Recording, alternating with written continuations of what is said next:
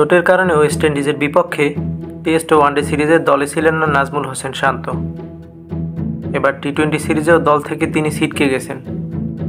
ক্যারিবীয়দের বিপক্ষে one day series শেষে টাইগাররা সংক্ষিপ্ত ফরম্যাটে 3টি ম্যাচ খেলবে, যার জন্য আজ টি-20 সিরিজের দল ঘোষণা করেছে বিসিবি, যেখানে লিটন দাসকে অধিনায়ক করেছে বিসিবি। এই সিরিজ দিয়ে প্রথমবারের মতো জাতীয় দলে ডাক পেয়েছেন তরুণ পেসার রিপন মণ্ডল। তবে টি-20 সিরিজ থেকে বাদ পড়েছেন আরেক পেসার শরীফুল ইসলাম। একই সঙ্গে পিচ্চিত্রজনিত কারণে ওয়েস্ট ইন্ডিজ সিরিজ থেকে ছুটি নেওয়া মোস্তাফিজুর রহমানের জায়গায় তানজিম হাসান সাকিবকে নেওয়া হয়েছে। ইনজুরির কারণে ভারতের বিপক্ষে সর্বশেষ টি-20 সিরিজে ছিলেন না তানজিম হাসান সাকিব। বিসিবির লিটনকে অধিনায়কত্ব দেওয়ার বিষয়টি বেশ চমকপ্রদ, কারণ টেস্ট ছাড়া বাকি দুই ফরম্যাটে এমনিতেই রান পাচ্ছে না এই উইকেট রক্ষক ব্যাটার।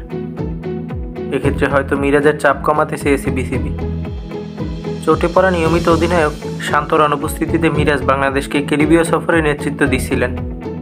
টেস্ট ও ওয়ানডেতে তার বিশেষ দায়িত্ব শেষে এবার অধিনায়কত্বে দেখা যাবে লিটনকে। দেখে নেওয়া যাক বাংলাদেশ টি-20 স্কোয়াড।